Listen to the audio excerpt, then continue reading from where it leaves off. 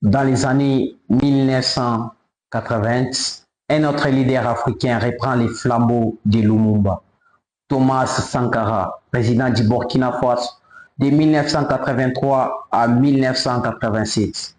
Il incarnait l'espoir d'une Afrique libre et indépendante. Que voulait Sankara? Une Afrique autosuffisante qui ne dépend plus de l'aide occidentale.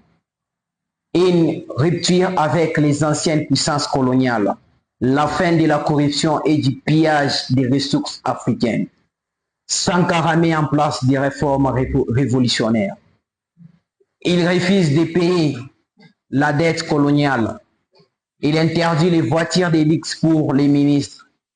Il relance l'agriculture locale pour que le Burkina Faso n'ait plus d'import de nourriture. Le 15 octobre 1987, il est assassiné lors d'un coup d'État orchestré par la France et Blaise Compaoré, son ancien ami, devenu un pion de l'Occident. Conséquence pour l'Afrique. Les pays africains restant piégés par la dette et la dépendance économique. Les dirigeants corrompus soutenus par l'Occident, empêchant toute véritable révolution. Sankara devient un symbole du pan-africanisme et de la résistance contre l'impérialisme. Aujourd'hui, l'Afrique a encore besoin de leaders comme Sankara et Lumumba.